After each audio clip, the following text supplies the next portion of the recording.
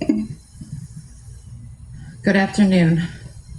Welcome to Saturdays with Sandra. Last month, we celebrated Mother's Day, and this month, we celebrated Father's Day. I wanted to do this month's motivational video for both and all types of parents. Anyone that raises a child under their roof full-time or part-time is some type of parent. They are the true role models in that child's life. This poem is called Children Learn What They Love. It's written by Dorothy Nolte. If children live with criticism, they learn to condemn. If children live with hostility, they learn to fight. If children live with ridicule, they learn to be shy. If children live with shame, they learn to feel guilty. If children live with encouragement, they learn confidence. If children live with tolerance, they learn patience. If children live with praise, they learn to appreciate. If children live with acceptance, they learn to love. If children live with approval, they learn to like themselves. If children live with honesty, they learn truthfulness.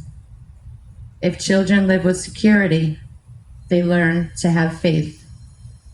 If children live with friendliness, they learn the world is a nice place to live. I had also found this piece on Facebook, and it goes great with this month's message. The author is unknown. When you feel like giving up, remember this. There's a little human watching you. They're watching how you handle challenges, how you rise after falling, and how you keep going even when it's tough. They look up to you, not just for who you are, but for the strength you show. You are their first hero, their first role model, their guiding light.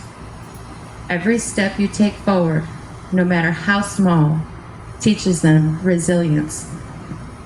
Every dream you chase teaches them courage. And every moment you refuse to give up teaches them what it means to never settle. You're not just building your dreams, you're shaping theirs too. Keep going, not just for yourself, but for the little one who believes in you more than anyone else ever could. They want to be just like you, so show them what unstoppable looks like. As parents, we are under a lot of pressure. Pressure from family, friends, and society, most of which is with good intentions. The do's and don'ts of raising a child. Don't let them watch too much TV or play video games. Let boys play with boy toys and girls with girl toys. Use timeouts instead of spanking, or vice versa. Let them fight, they'll work it out. Kids are meant to be seen and not heard. Just let them be, they'll outgrow it. These are just a handful of things I've heard over the years, most of which I disagree with. There are no two children the same, even as twins. They may look the same, however, they have a very unique mind from the other.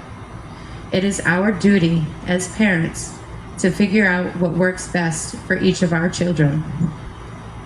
I understand all the advice received can be extremely overwhelming at times.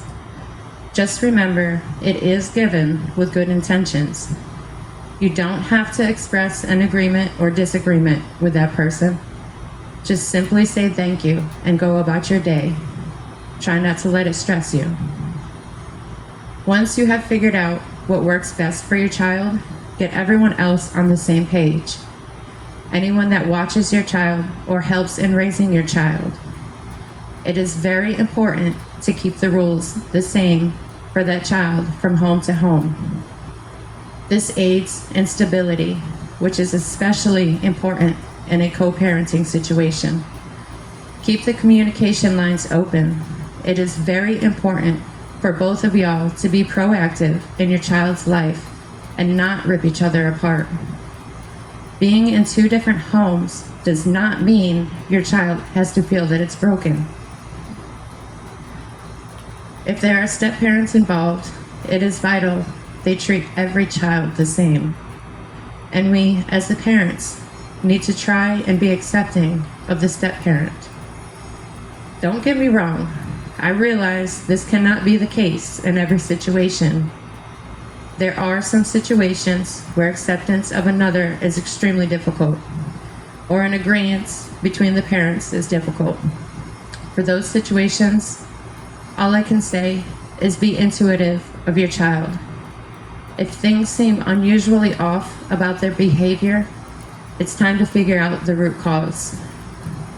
Figure out the 5 W's: who, what, where, when, and why, and go from there.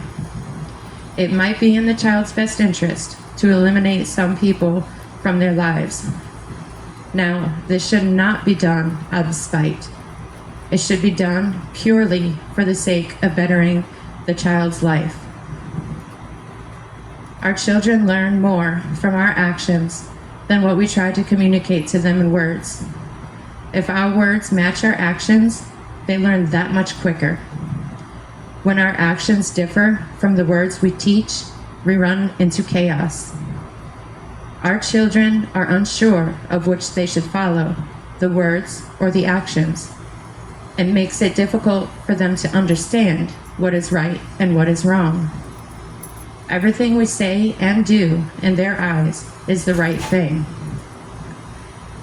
Our children watch us with everything.